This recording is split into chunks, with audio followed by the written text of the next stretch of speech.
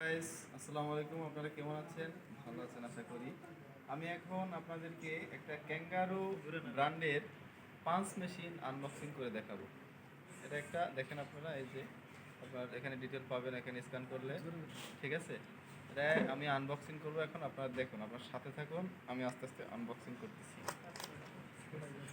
এই যে সুন্দর একটি কালার, একদম কচি কলা পাতা কালার বলা হয় এটাকে, মনে হয় এটা টিয়া কালার, কচি কলা পাতা কালার, একই কালার। এটা এখানে লক করার সিস্টেম আছে, এখানে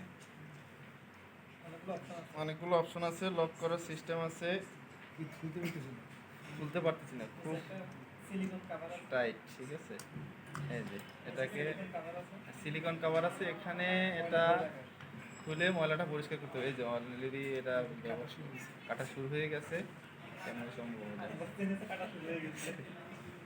ঠিক আছে? এটা লক করার সিস্টেম আছে একটা, হ্যাঁ, এটা লক করা হয়।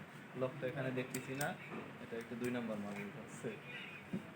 এখানে আমি এটাকে আপনাদের ব্যবহার করে দেখাবো। হ্যাঁ, এরকম কাগজ একটি, প্রথম যে কাগজ নেন না কেন মাঝ বরাবর, মিডল বরাবর একটা ভাঁজ করে দিন, ঠিক আছে?